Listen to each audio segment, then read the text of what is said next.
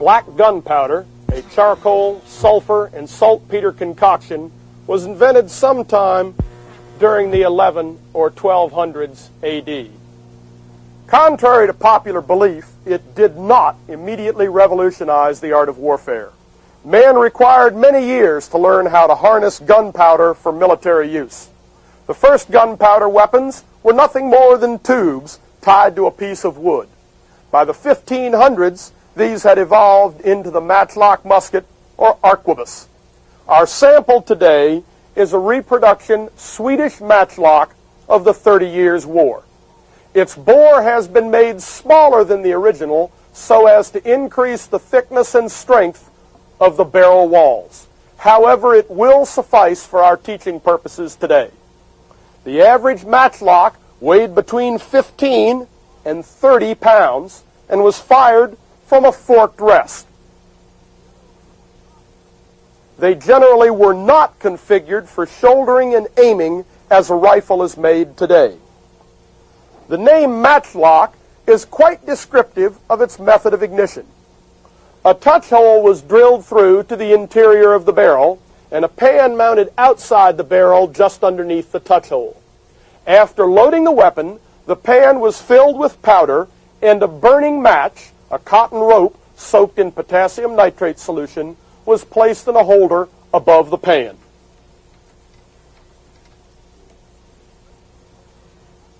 When the trigger was pulled, it acted as a lever, forcing the match into the pan.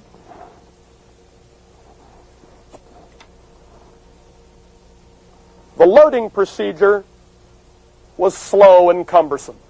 First, the soldier stuck his rest in the ground and hung his burning match over the rest or wrapped it around his helmet. He then poured the propelling charge down the barrel. In the early 1500s, this powder was simply scooped up by hand from a bag of loose powder carried on the belt. By the late 1500s, powder horns were in use, and the powder was poured into a measuring cup and then poured down the barrel. By the time of the 30 Years' War, Gustavus Adolphus had instituted the use of the bandolier. This bandolier was a belt slung over the shoulder from which a number of wooden powder bottles were suspended. Each of these bottles contained one propelling charge. After pouring the powder down the barrel, the shooter then placed a ball in the muzzle of the barrel, withdrew the ramrod, and forced the ball down against the powder. The ball was normally cast a great deal undersized so that the weapon might be easily loaded after the barrel had become fouled by the residue of the black powder. The shooter then brought the weapon level, placed it in the rest, and put a good deal of priming powder in the pan. Prudent shooters would then close some sort of cover over the top of the pan, place the match back in its holder, and were prepared to fire. From this point forward, the weapon had to be kept basically level, especially after the pan was uncovered, and the shooter had to blow upon the match to ensure that it was burning brightly.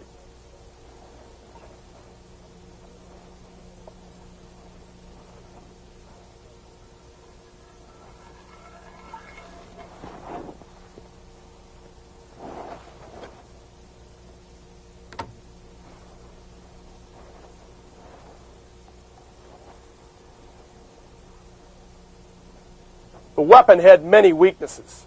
Thanks to the gap between barrel and ball, it was hopelessly inaccurate. Matchlock musketeers, if left unsupported, could be rapidly overrun. Consequently, they had to be used in conjunction with pikemen.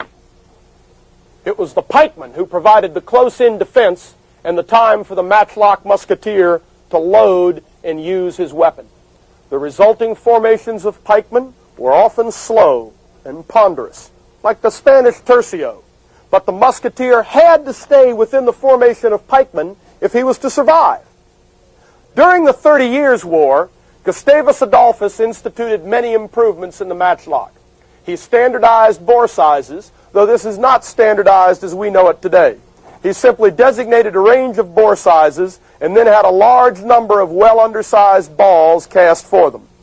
This allowed the musketeer's assistant who normally carried lead ingots, bullet molds, and other equipment, to discard this paraphernalia and become a musketeer himself. Further, the bandolier did increase the volume of fire of Gustavus's musketeers. Lastly, Gustavus changed the ratio of musketeers to pikemen.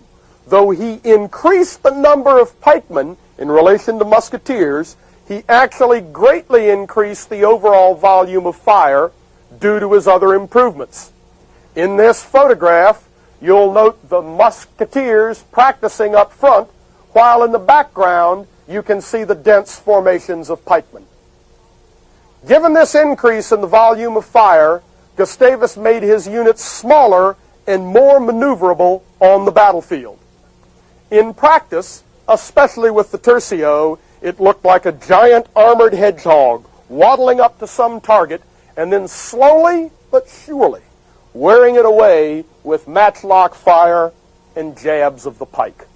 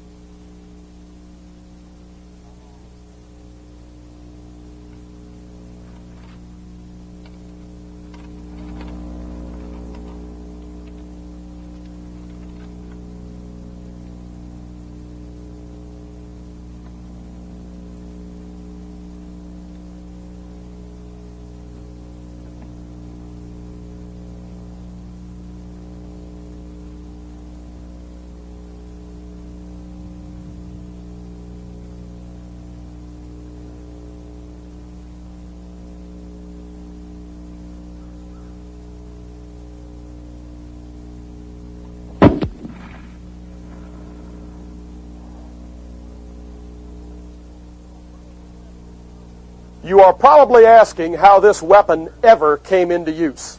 The longbow obviously outranges and outshoots the matchlock. However, you are not considering plate armor. It was the rapidly increasing thickness of plate armor in the late 14 and early 1500s that rendered the longbow relatively obsolescent. Keep watching and you'll see what the matchlock does with the plate armor of our armored horsemelon.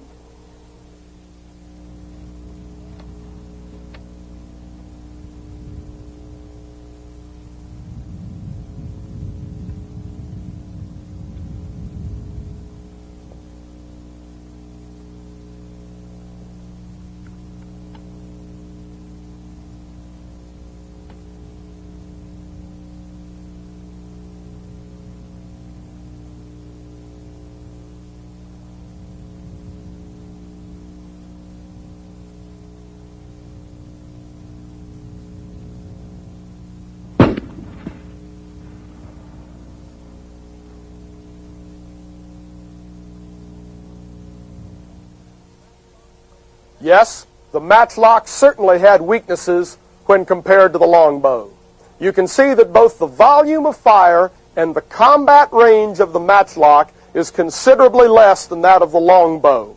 In fact, its volume of fire is perhaps very generous, as shown on that chart. However, you should keep in mind that no long training period whatsoever was required for the matchlock. This contrasted with the 7-year-plus training required to make a longbowman.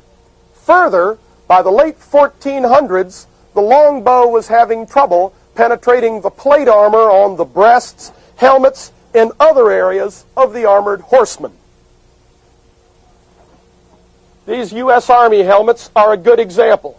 We fired 7 longbow arrows at this helmet trying to get a penetration. Every one ricocheted to include 3 fired inside, either shattering away the front of the arrow, or when we used hardened steel drill rod, bending it. We finally got 1 longbow arrow to penetrate by firing inside the helmet, and it penetrated that far. The matchlock overcame this problem. If it did not penetrate, then the shock delivered would certainly unhorse the rider and probably do grievous bodily harm. Remember that our sample matchlock fired only a 610 diameter round ball, the exact thing we hit these two helmets with. Most arquebuses and matchlocks of the day fired a ball 40% larger in size with more than double the weight and still at the same velocity. Exactly what we hit this helmet with. Yes, the matchlock may be slow, awkward, and crude, but from the Battle of Pavia in 1515 until the late 1600s, the matchlock, with its protecting pikes close at hand, ruled the battlefield.